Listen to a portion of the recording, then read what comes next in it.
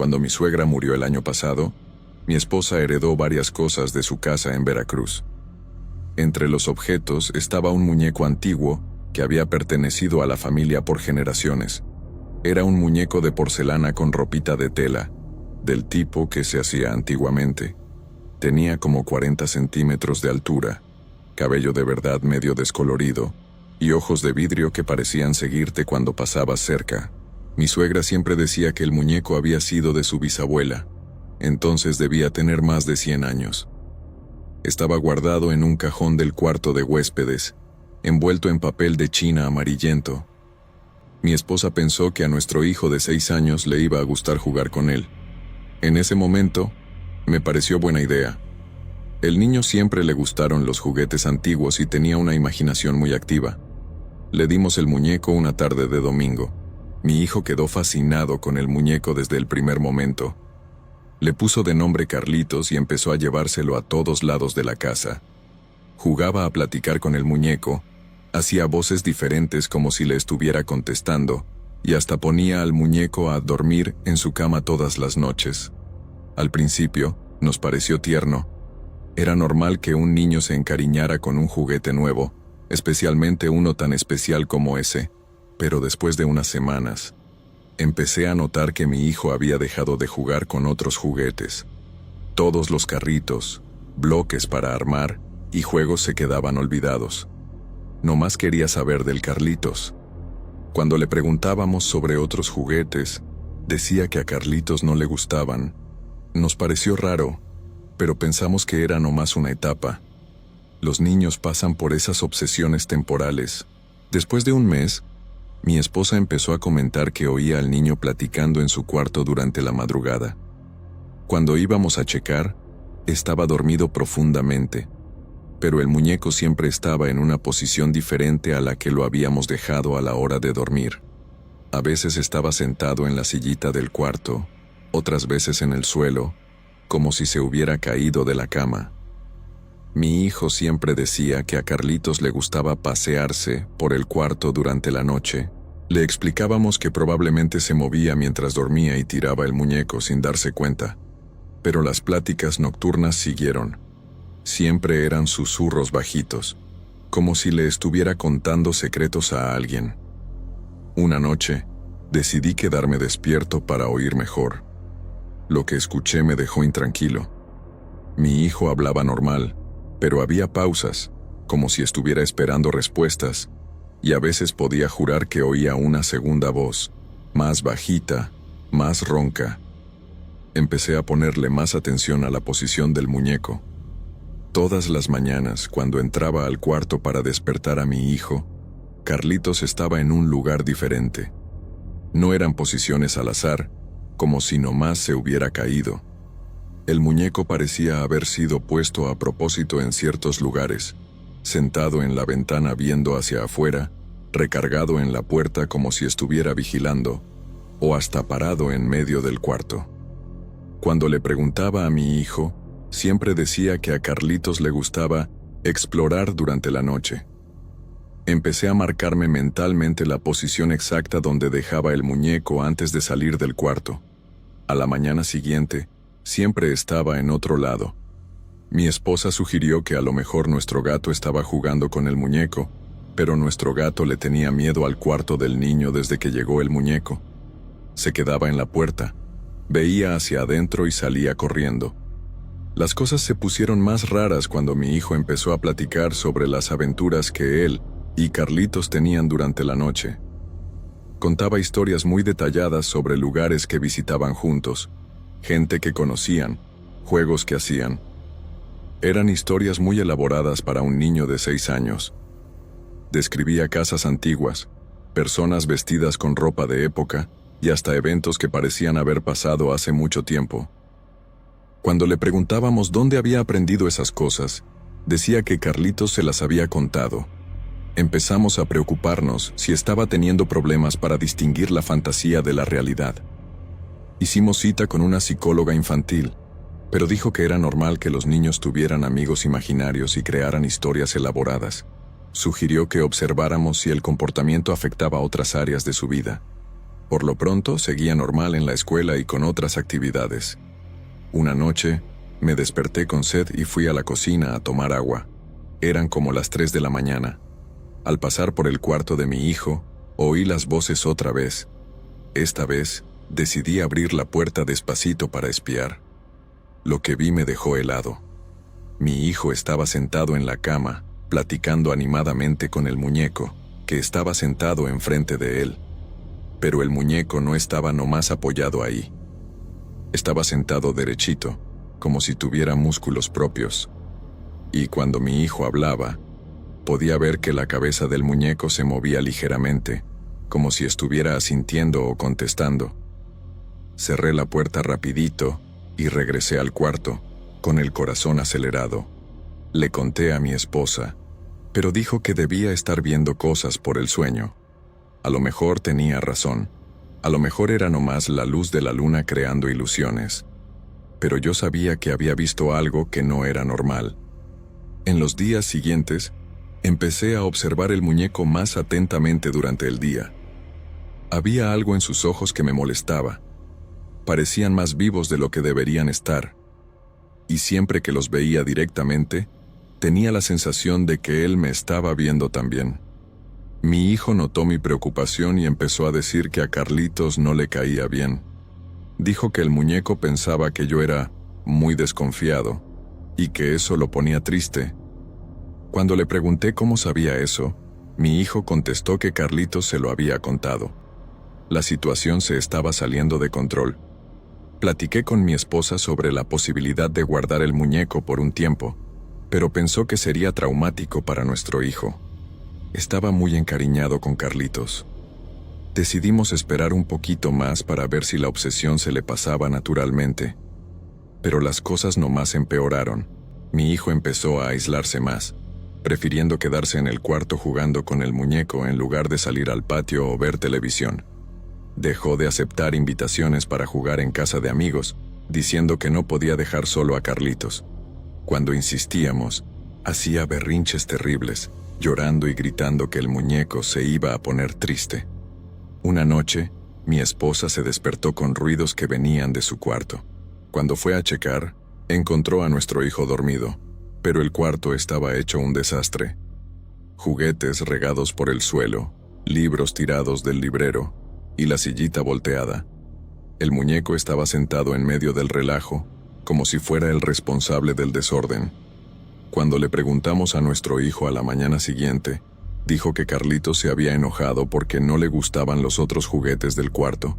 Dijo que el muñeco quería estar solo con él. La gota que derramó el vaso fue un jueves en la noche. Me había quedado despierto hasta tarde trabajando en la computadora de la sala. Eran casi las 2 de la mañana cuando oí pasos que venían del pasillo. Pensé que era mi hijo yendo al baño, pero los pasos eran muy ligeros, casi imperceptibles.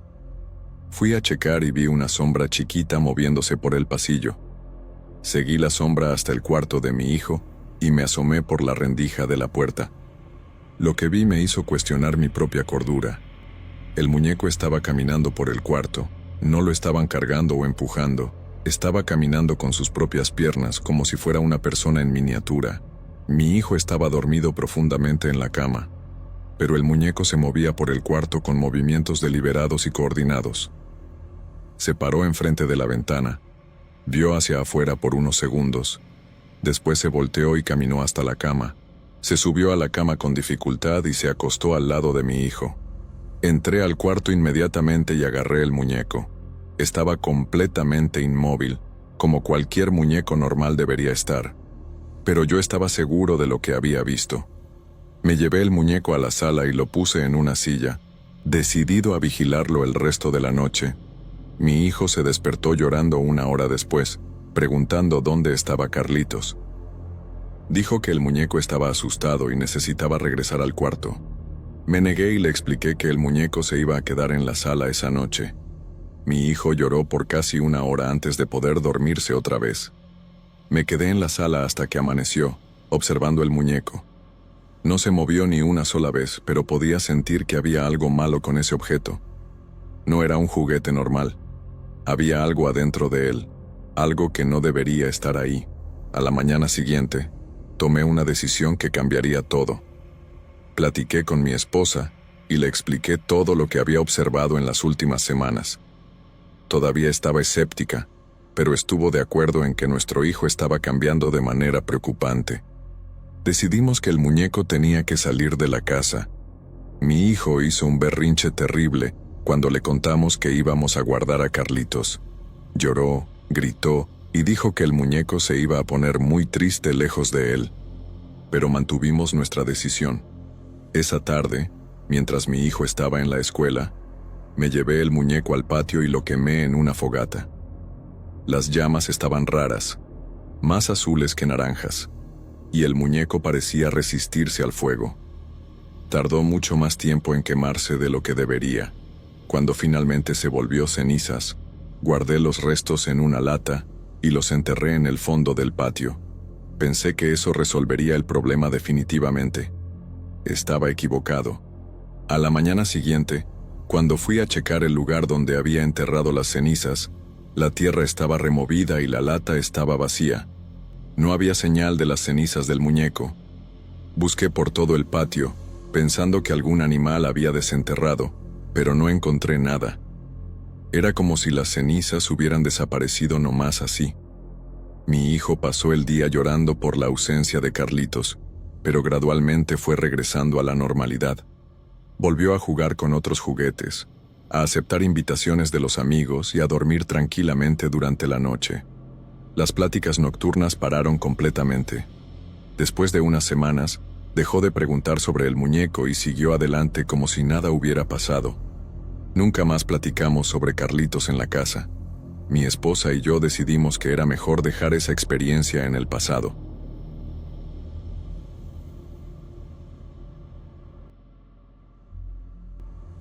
Buenas noches. Mi nombre es Dura Patricia. Tengo 35 años y soy psicóloga clínica en Veracruz. Durante mis 12 años de carrera, he atendido a cientos de pacientes con diversos trastornos mentales, pero el caso que voy a contar me marcó profundamente y me hizo cuestionar los límites entre enfermedad mental y fenómenos sobrenaturales. Es la historia de Marcus, un joven que creía que sus propias manos eran controladas por entidades malignas. Marcus llegó a mi consultorio en marzo de 2023, enviado por un psiquiatra del hospital público. Tenía 22 años, era estudiante universitario de ingeniería y había sido diagnosticado con trastorno de personalidad borderline después de varios intentos de suicidio. Lo que más llamaba la atención en Marcus eran las cicatrices extensas en sus brazos. Desde las muñecas hasta los codos, había cientos de cortadas en diferentes etapas de cicatrización. Algunas eran viejas, otras más recientes, creando un patrón complejo de automutilación. Doctora, me dijo en la primera consulta, sé que va a pensar que estoy loco, pero yo no me hago estas cortadas. Son mis manos las que lo hacen, cuando estoy dormido o distraído. Inicialmente, interpreté esa afirmación como una forma de disociación típica en pacientes con borderline, una manera de distanciarse psicológicamente de comportamientos autodestructivos. Durante las primeras sesiones, recopilé el historial familiar de Marcus. Venía de una familia disfuncional, con un papá alcohólico que había abandonado a la familia cuando Marcus tenía 10 años, y una mamá con historial de depresión severa. Mi mamá siempre decía que yo tenía manos del diablo, contó Marcus. Desde chiquito, yo rompía cosas sin querer, lastimaba a otros niños en la escuela, y ella decía que había algo maligno en mí. Marcus también relató episodios extraños durante la infancia.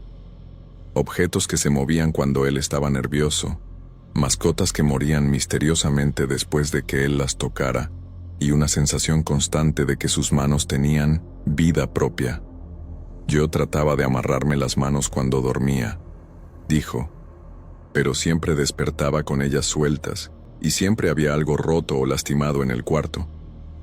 Establecimos una rutina de sesiones semanales, enfocándonos en técnicas de terapia cognitivo-conductual para ayudar a Marcus a desarrollar mecanismos de enfrentamiento más saludables.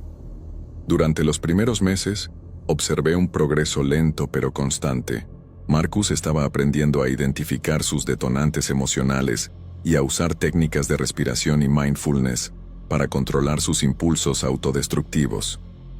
Doctora, me dijo en una sesión, las técnicas están funcionando durante el día, pero en la noche es diferente. Es como si mis manos no me obedecieran cuando estoy dormido. Empezó a usar guantes gruesos para dormir y hasta a amarrarse las manos en la cama, pero siempre despertaba con nuevas cortadas, aun cuando tenía la certeza de que se había protegido adecuadamente. Por cerca de 4 meses, Marcus mostró una mejoría significativa.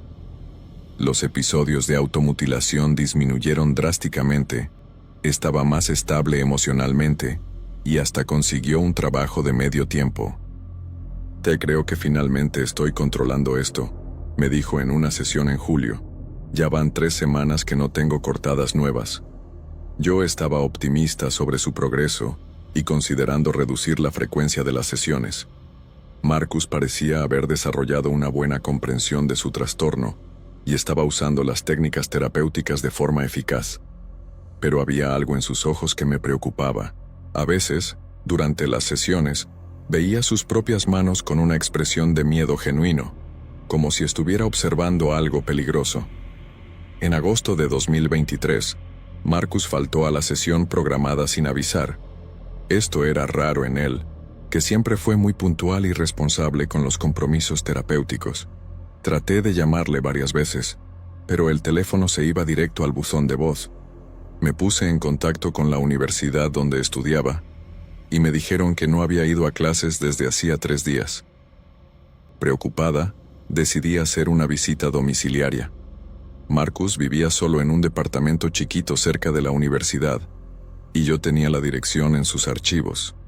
Cuando llegué al edificio, el portero me dijo que había escuchado gritos que venían del departamento de Marcus la noche anterior, pero que después todo se había quedado callado.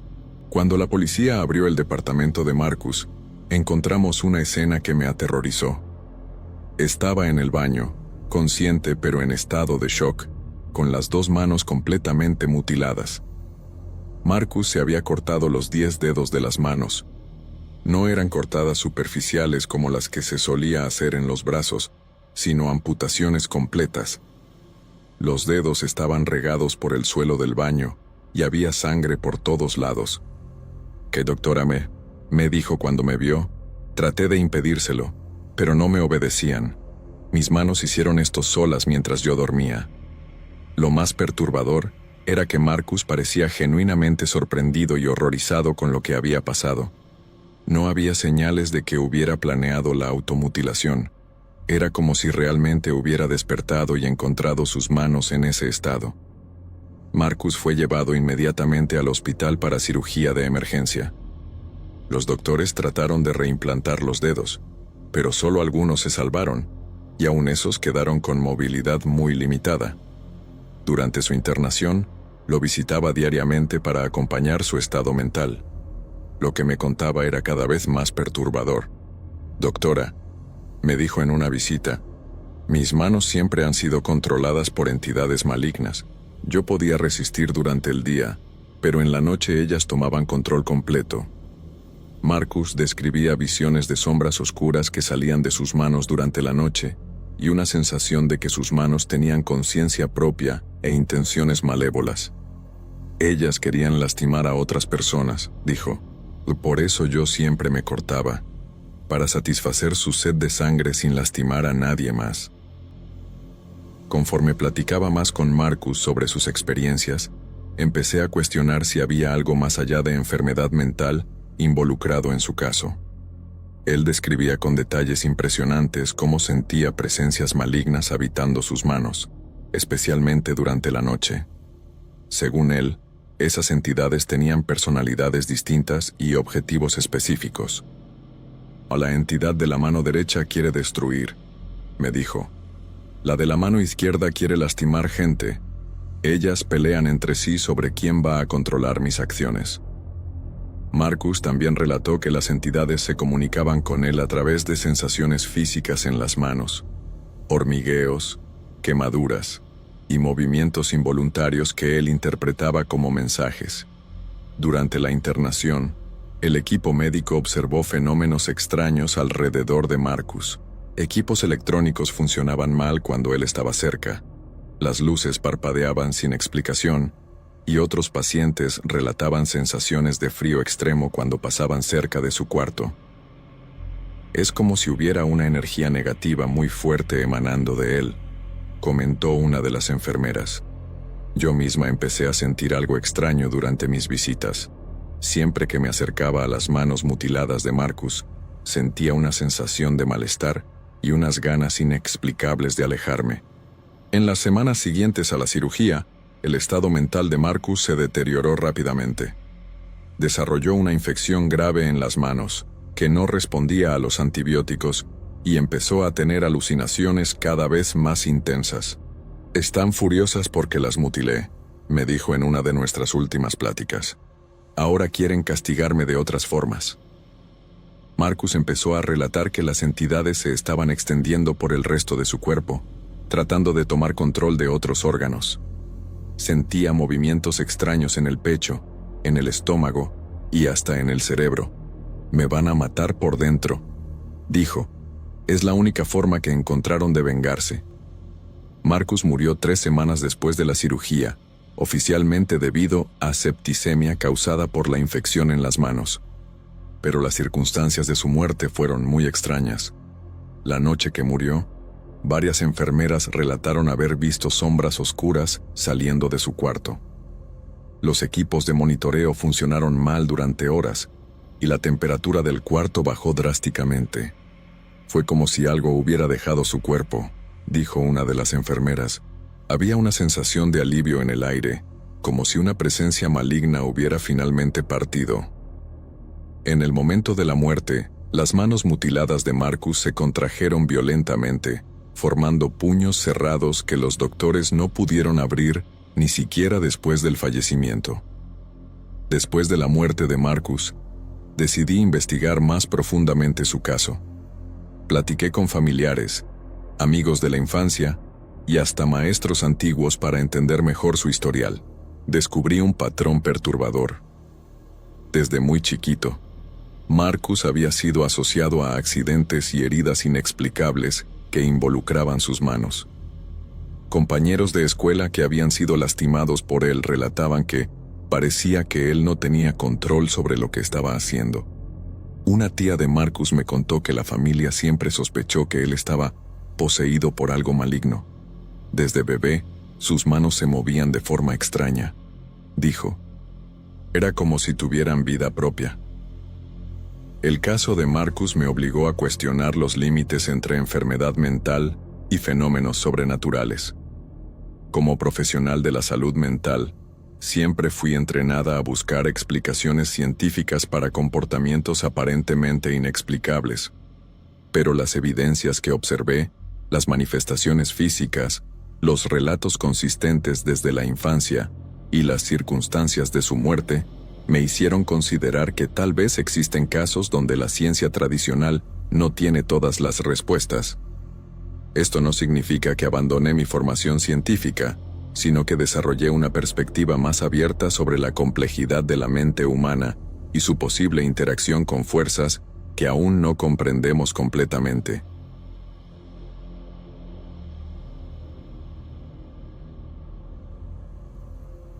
Esta historia me la contó mi papá hace algunos años, y aunque ya ha pasado mucho tiempo, no puedo dejar de pensar en lo que él vivió. A pesar de que siempre he sido alguien que escucha estas experiencias con cierto escepticismo, esta en particular me hizo reconsiderar muchas cosas. Lo que voy a contar pasó hace como 15 años en Veracruz, y fue una de las experiencias más perturbadoras que mi papá ha tenido. Mi papá, Roberto, siempre fue un hombre trabajador, de esos que no creen en supersticiones o cosas así. Pero cuando mi hermano menor, Miguel, empezó a presentar síntomas extraños, no tuvo más remedio que buscar ayuda donde pudiera encontrarla. Miguel tenía apenas 8 años en ese entonces y había empezado a actuar de forma muy rara. No comía, no dormía bien y lloraba constantemente sin motivo aparente. Lo llevamos al doctor varias veces, pero no encontraron nada malo. Los estudios salían normales, pero el niño seguía desmejorándose día tras día. Fue mi abuela quien sugirió que podría ser mal de ojo. Ella conocía a un curandero muy respetado en la región, un señor llamado Don Aurelio, que vivía en las afueras de Veracruz, en una casa sencilla en medio del campo. Mi papá, desesperado por ayudar a Miguel, decidió intentarlo. Era una tarde calurosa cuando llegaron a la casa de Don Aurelio. La casa era humilde, de adobe, con un patio de tierra y algunas gallinas picoteando por ahí. En las paredes había varios santos y crucifijos, y del techo colgaban ramas de hierbas secas que despedían un olor fuerte y medicinal. Don Aurelio era un hombre de unos 70 años, flaco, con cabello blanco y ojos penetrantes. Recibió a mi papá y a Miguel con amabilidad, pero luego se concentró en el niño. Dijo que podía sentir una energía pesada alrededor del chamaco.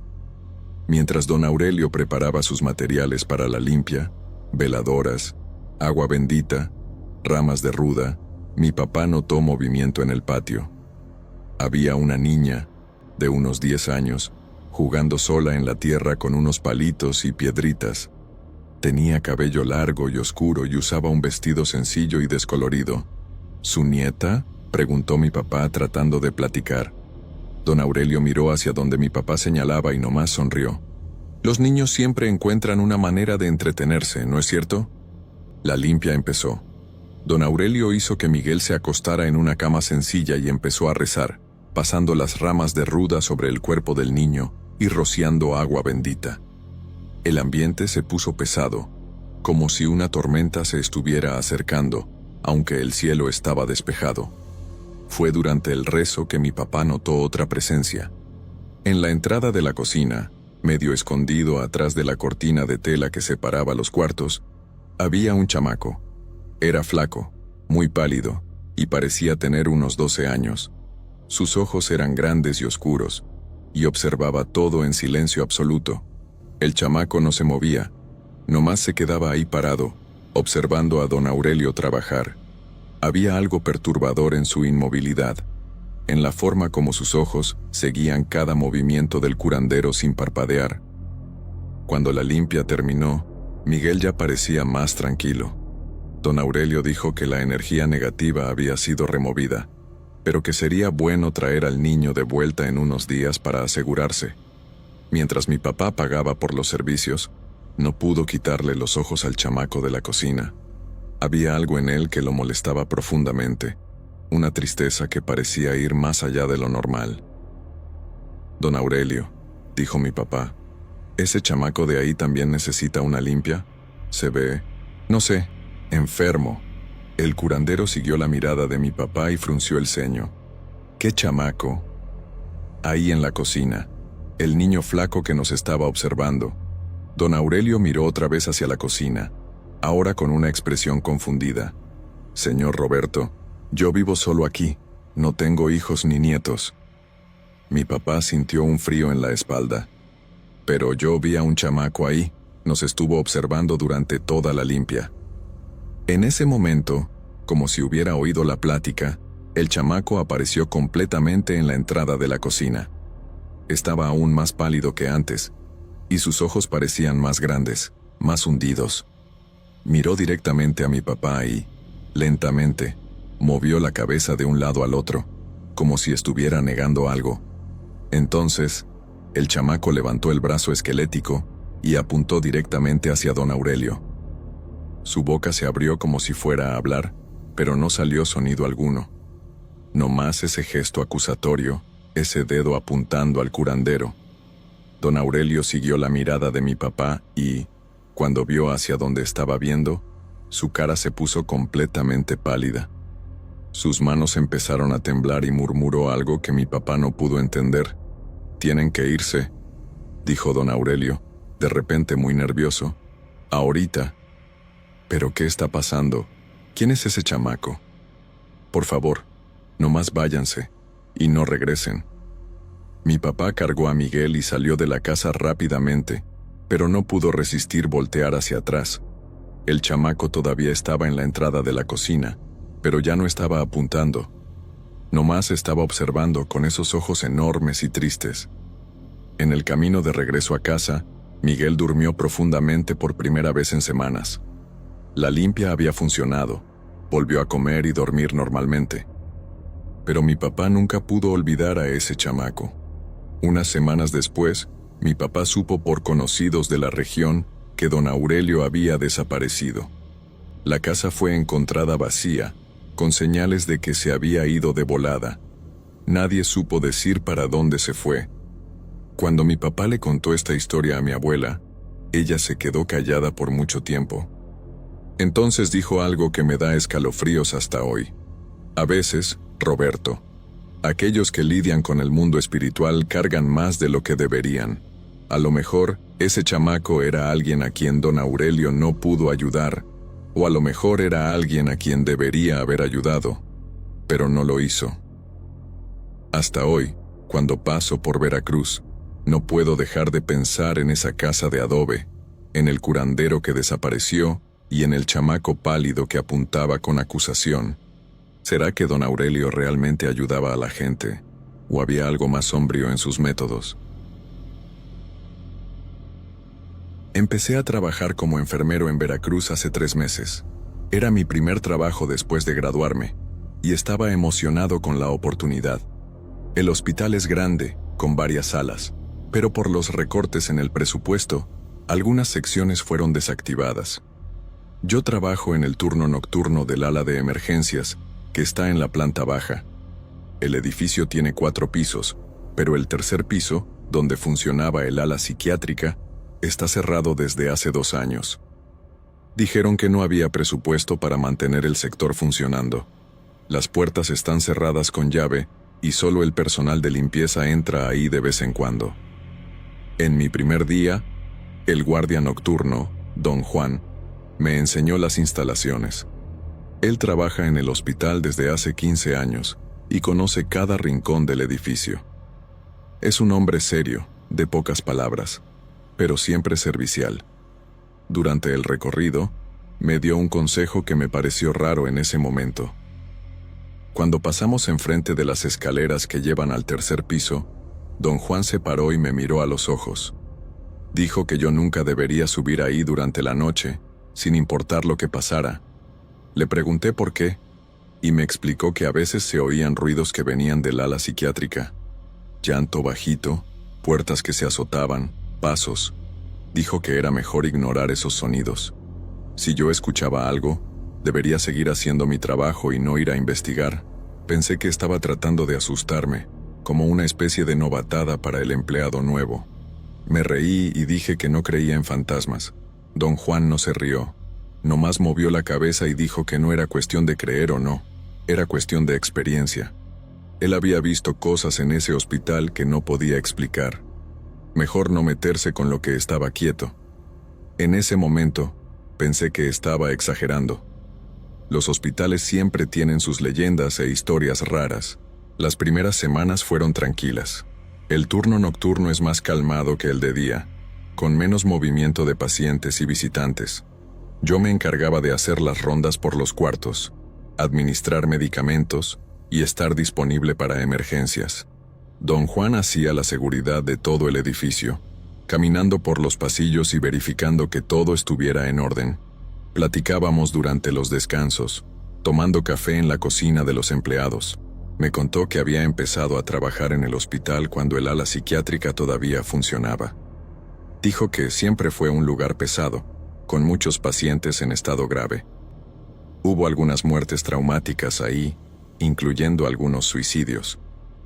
Cuando cerraron el ala, muchos empleados se sintieron aliviados. Había un ambiente extraño en ese piso que molestaba a todo mundo. Yo escuchaba estas historias con interés, pero todavía no había experimentado nada fuera de lo normal. Fue en la tercera semana que lo escuché por primera vez. Eran como las 2 de la mañana, y yo estaba organizando medicamentos en la sala de enfermería cuando escuché un llanto bajito que venía de arriba. Era un sonido ahogado, como si alguien estuviera llorando con la boca tapada. Paré lo que estaba haciendo y puse atención.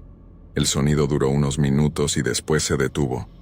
Pensé que a lo mejor era algún paciente en los pisos de arriba, pero recordé que el segundo piso también estaba parcialmente desactivado, con solo algunos cuartos ocupados. Decidí verificar si había algún paciente sufriendo. Subí hasta el segundo piso, pero todos los pacientes estaban durmiendo tranquilamente. El llanto no venía de ahí, venía de más arriba, del tercer piso. Recordé el consejo de don Juan y decidí no investigar. Regresé a mi puesto y traté de olvidar lo que había escuchado, pero el sonido se me quedó en la cabeza el resto de la noche. La semana siguiente, el llanto regresó. Esta vez era más fuerte, más desesperado, y venía acompañado de otros sonidos, puertas que se azotaban, como si alguien estuviera abriendo y cerrando los cuartos del ala psiquiátrica. El ruido duraba como 15 minutos, y siempre pasaba alrededor de las 2 de la mañana. Le comenté a don Juan durante una de nuestras pláticas. Él nomás asintió con la cabeza, como si estuviera esperando que yo le reportara eso. Dijo que los sonidos eran comunes, especialmente durante el invierno. Le pregunté si sabía qué causaba los ruidos. Don Juan se quedó callado por un momento. Después dijo que había teorías. Algunos empleados antiguos creían que era una paciente que había muerto en el ala hace algunos años. Una mujer joven que había perdido un bebé y desarrolló una depresión severa. Ella tenía la costumbre de llorar durante las madrugadas y de estar abriendo y cerrando la puerta del cuarto. Murió de sobredosis de medicamentos, pero nunca quedó claro si fue accidental o a propósito. Le pregunté a don Juan por qué no llamaban a alguien para investigar o resolver la situación. Se rió amargamente y dijo que ya habían intentado varias veces. Padres, curanderas, hasta un grupo de investigadores paranormales. Nada funcionaba. Los sonidos siempre regresaban después de un tiempo. La administración del hospital prefería ignorar el problema. Mientras no afectara el funcionamiento de las otras salas, era más fácil fingir que no estaba pasando nada. Don Juan dijo que había aprendido a vivir con los ruidos. Eran parte del trabajo nocturno en ese hospital. Lo importante era no subir ahí a investigar. Algunas personas que lo hicieron se arrepintieron. No entró en detalles sobre lo que les había pasado a esas personas, pero el tono de su voz me hizo entender que era mejor no insistir en el tema. Decidí seguir su consejo e ignorar los sonidos. Pero ignorar se volvió más difícil en la tercera semana. El llanto se volvió más frecuente, pasando casi todas las noches. Y los otros sonidos también aumentaron. Pasos por el pasillo, sillas siendo arrastradas, y a veces lo que parecía ser una voz de mujer susurrando. Una noche, mientras hacía la ronda por los cuartos del primer piso, miré por la ventana que daba vista al patio interno del hospital. Desde afuera, podía ver las ventanas del tercer piso. Una de ellas estaba iluminada, como si alguien hubiera prendido la luz del cuarto. Pero eso era imposible. La electricidad del ala psiquiátrica había sido cortada cuando cerraron el sector. Llamé a don Juan y le enseñé la ventana iluminada. Miró y suspiró. Dijo que eso también pasaba a veces. Luces que se prendían solas, sombras que se movían atrás de las ventanas. Era mejor no ponerles atención.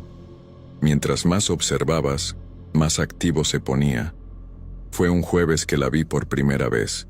Yo estaba subiendo al segundo piso para revisar a un paciente que había tocado el timbre, cuando miré instintivamente hacia la escalera que lleva al tercer piso. Ahí arriba, en la penumbra del pasillo, vi la silueta de una mujer. Estaba de espaldas a mí, meciendo algo en sus brazos como si estuviera arrullando a un bebé. El movimiento era rítmico, hipnótico. Me quedé paralizado por unos segundos, observando la escena.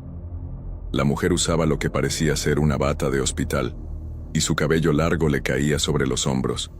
Seguía meciendo, susurrando algo que no pude entender.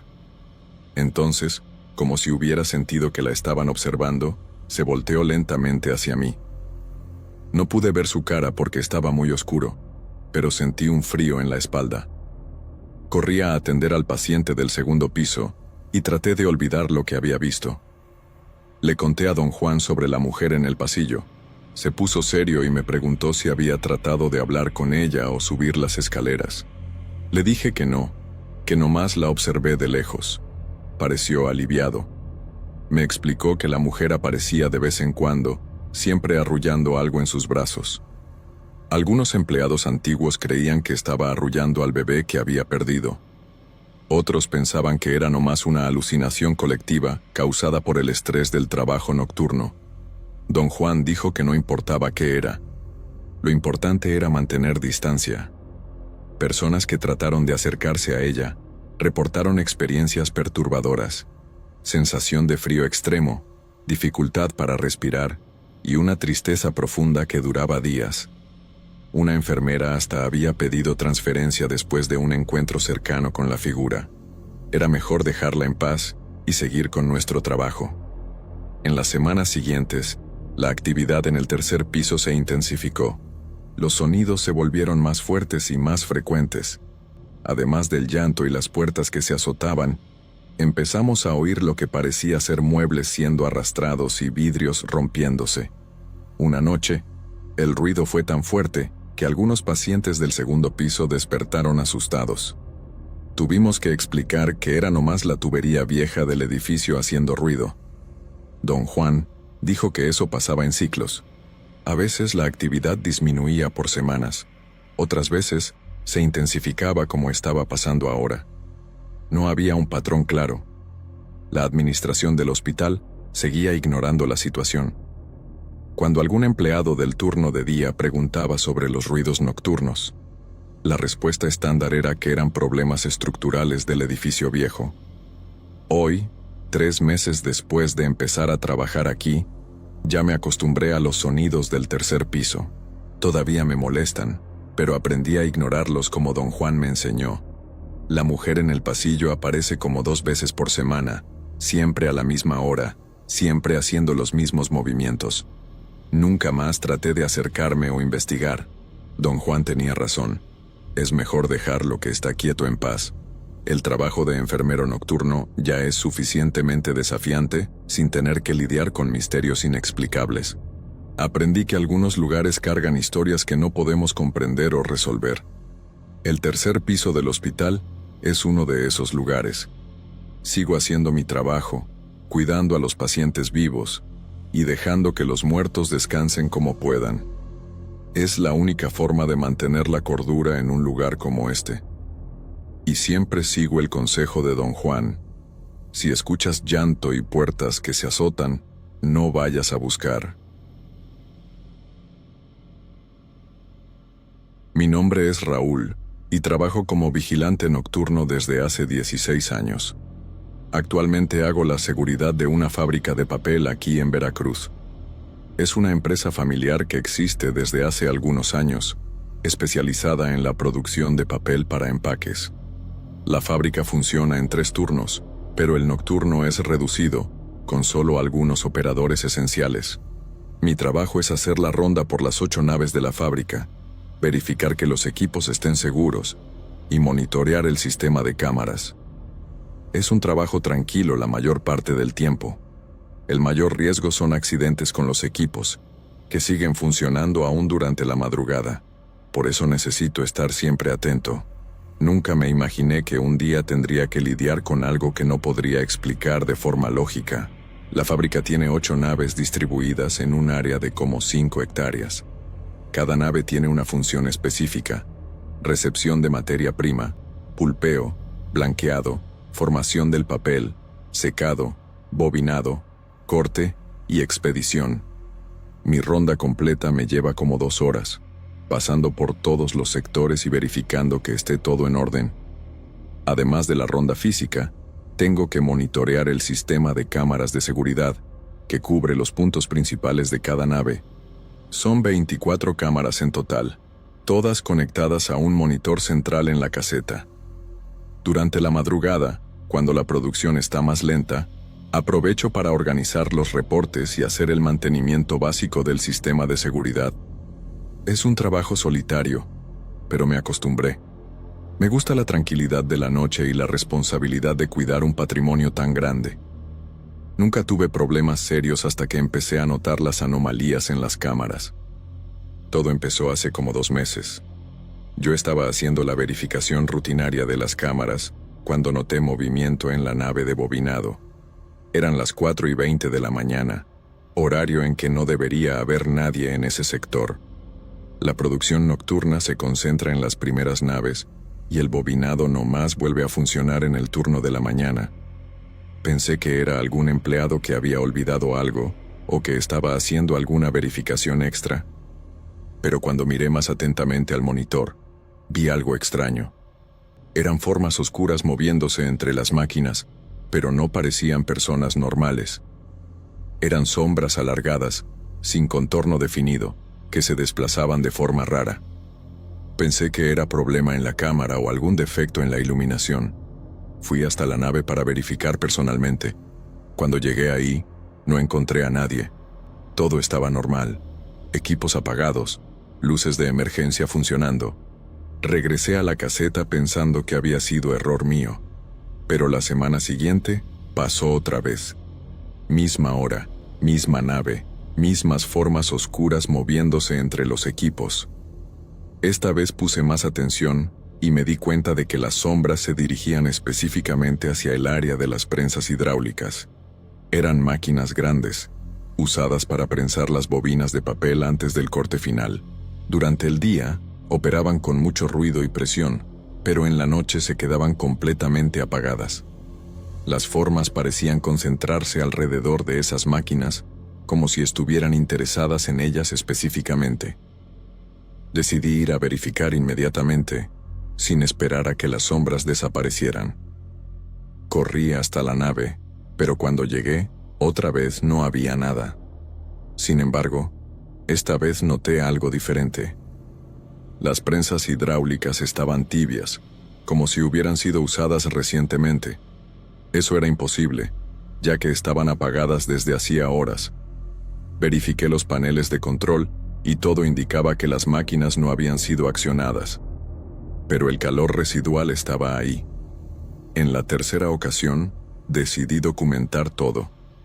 Preparé una cámara portátil y me quedé vigilando el monitor esperando que empezara el movimiento. Puntualmente a las 4:20, las formas oscuras aparecieron otra vez. Esta vez pude observar mejor sus movimientos. Se desplazaban de forma coordinada, como si supieran exactamente a dónde querían ir. No eran movimientos al azar o caóticos. Había una intención clara. Filmé todo lo que pude por el monitor y después corrí a la nave.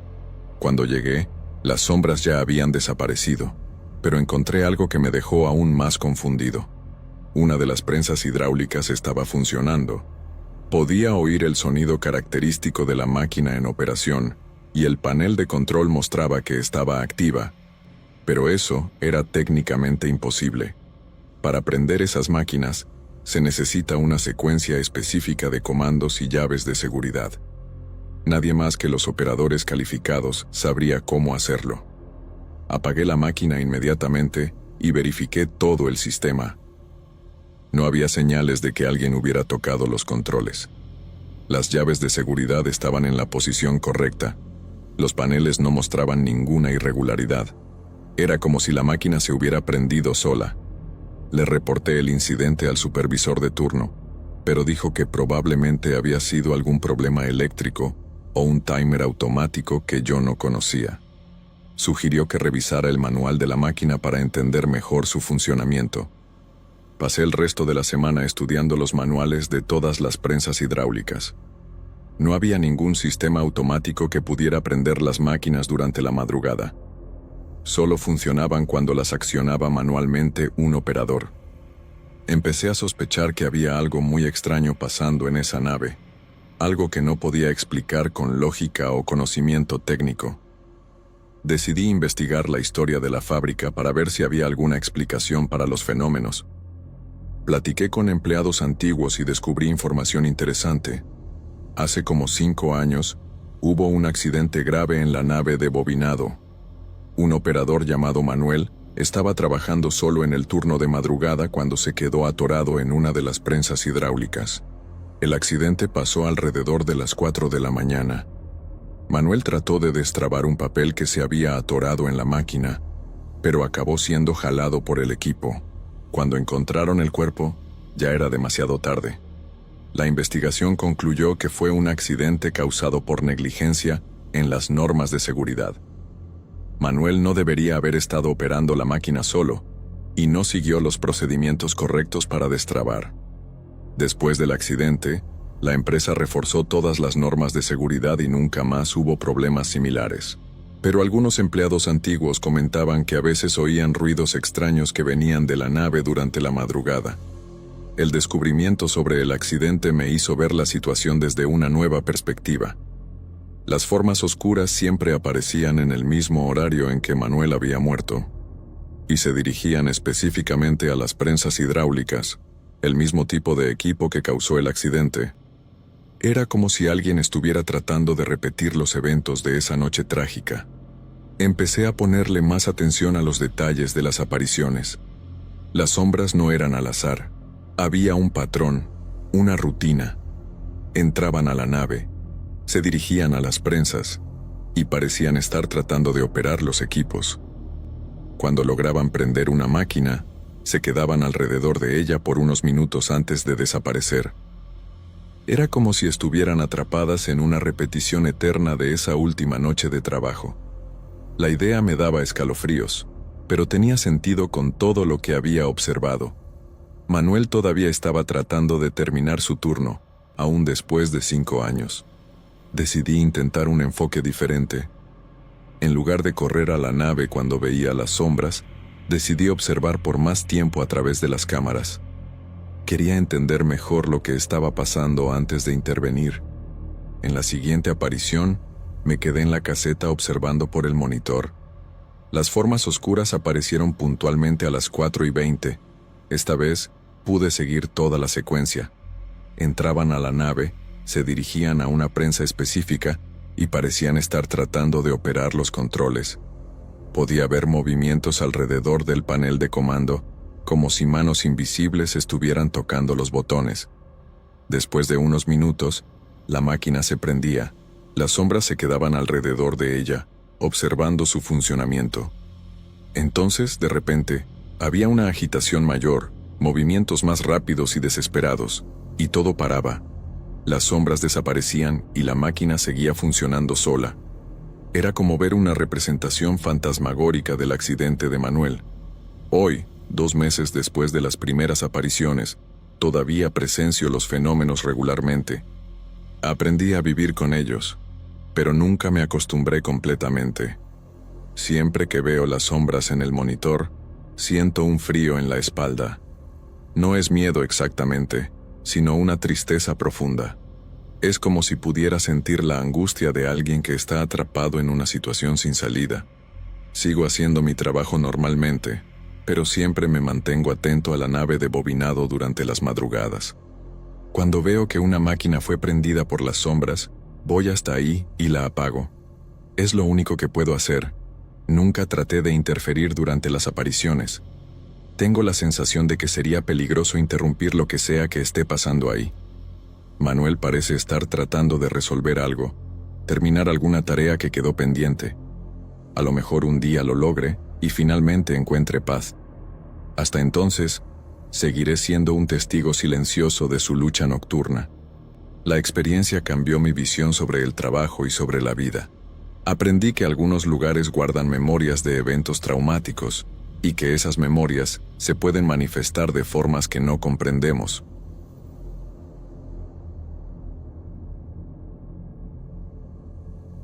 Hola gente, ¿cómo están?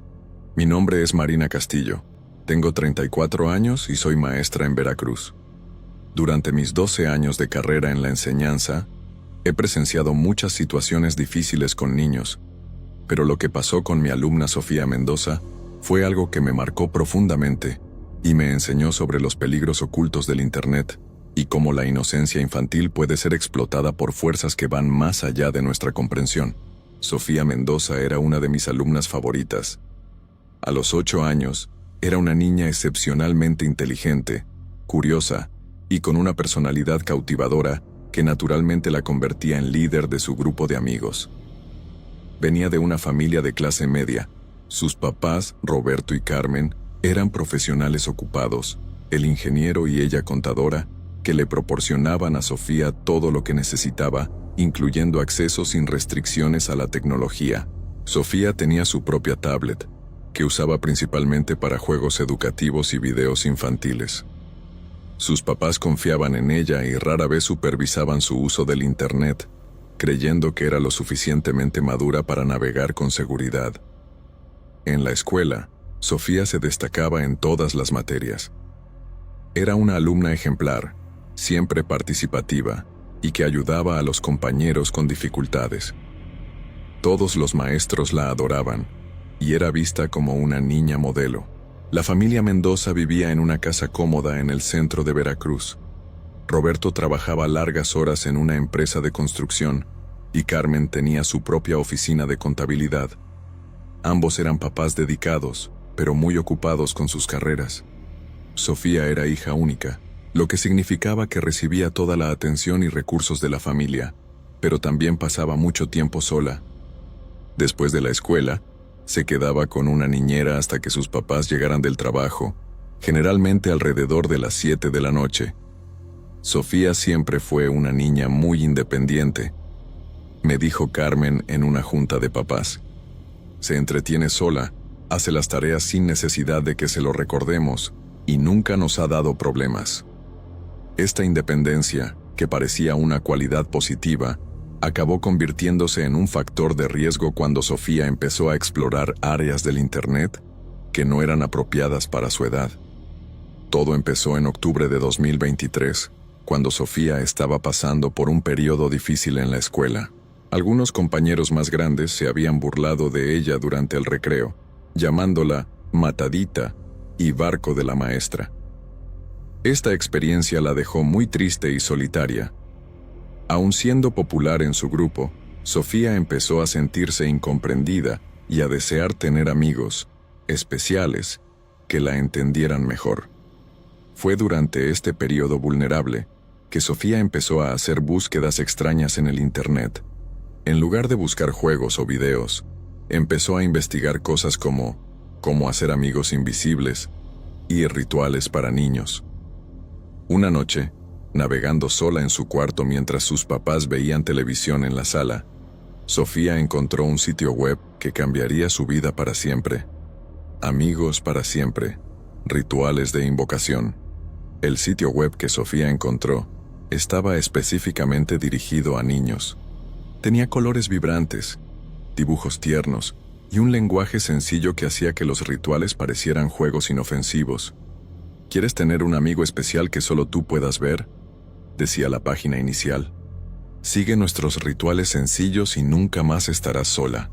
El sitio contenía instrucciones detalladas para varios rituales de amistad, presentados como juegos divertidos que los niños podían hacer para invocar amigos especiales que los protegerían y acompañarían siempre. Sofía quedó fascinada. La idea de tener un amigo invisible que solo ella pudiera ver y que la entendiera perfectamente parecía la solución a todos sus problemas de soledad. Sofía era una niña meticulosa y organizada. En lugar de simplemente leer las instrucciones en línea, decidió copiarlas cuidadosamente en su cuaderno rosa, ese que usaba para escribir sus pensamientos y secretos. Durante varias noches, transcribió rituales completos, listas de materiales necesarios, palabras específicas para recitar e instrucciones paso a paso para invocar amigos especiales. El ritual que más le llamó la atención se llamaba Invocación de la Sombra Amiga. Según el sitio, este ritual crearía un amigo invisible que sería completamente dedicado al niño y que lo protegería de todos los que quisieran lastimarlo. Tu sombra amiga será tu mejor amigo para siempre, decía la descripción. Nunca te abandonará y siempre estará de tu lado. Sofía decidió que no quería hacer el ritual sola. Quería compartir esta experiencia especial con sus mejores amigos de la escuela, Ana, Pedro y Lucía. Durante el recreo, Sofía les contó sobre su descubrimiento. Encontré una forma de tener amigos especiales que solo nosotros podemos ver, dijo con entusiasmo. Será como tener superpoderes. Los niños se intrigaron. Sofía era conocida por sus ideas creativas, y confiaban en ella. Además, la idea de hacer algo secreto y especial era muy atractiva para niños de 8 años. ¿Pero es seguro?, preguntó Ana, siempre la más cautelosa del grupo. Claro que sí, respondió Sofía. Es nomás un juego, y si no funciona, por lo menos nos divertiremos intentándolo.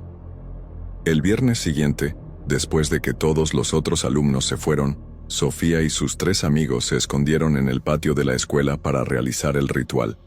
Sofía había traído todos los materiales necesarios: velas pequeñas, sal, un espejo de mano y papel con palabras escritas en un idioma extraño que había copiado del sitio. Primero, hacemos un círculo con sal, instruyó Sofía, siguiendo sus apuntes. Después prendemos las velas en las 4 esquinas y cada uno de nosotros sostiene el espejo mientras recita las palabras. Los niños siguieron las instrucciones cuidadosamente. Recitaron las palabras extrañas 3 veces, viéndose en los espejos, y después se quedaron en silencio por 5 minutos, como el ritual instruía. Cuando terminaron el ritual, no pasó nada. No hubo luces extrañas, sonidos misteriosos, o cualquier señal de que algo sobrenatural hubiera ocurrido. No funcionó, dijo Pedro, claramente decepcionado. A lo mejor necesitamos intentar otra vez, sugirió Sofía, pero ella también estaba desanimada. Apagaron las velas, limpiaron la sal y se fueron a casa, pensando que la experiencia había sido solo un juego sin consecuencias, pero lo que no sabían era que el ritual había funcionado. Las semillas habían sido plantadas y pronto empezarían a germinar de formas que ninguno de ellos podría imaginar. El lunes siguiente, empecé a notar cambios sutiles en el comportamiento de Sofía. Durante las clases, a veces miraba hacia una esquina vacía del salón y sonreía, como si estuviera viendo algo que nadie más podía ver. Sofía, pregunté durante una clase de matemáticas, ¿está todo bien? ¿Estás poniendo atención? Sí, maestra Marina, respondió, pero siguió mirando hacia la esquina vacía. Mi amiga me estaba contando algo chistoso. ¿Qué amiga?, pregunté, mirando alrededor del salón. Ah, nadie, dijo Sofía rápidamente. Nomás estaba imaginando.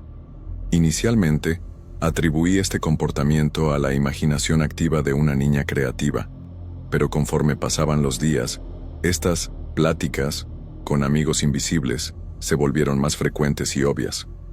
Durante el recreo, observé a Sofía sentada sola debajo de un árbol, aparentemente teniendo una conversación animada con alguien que no estaba ahí.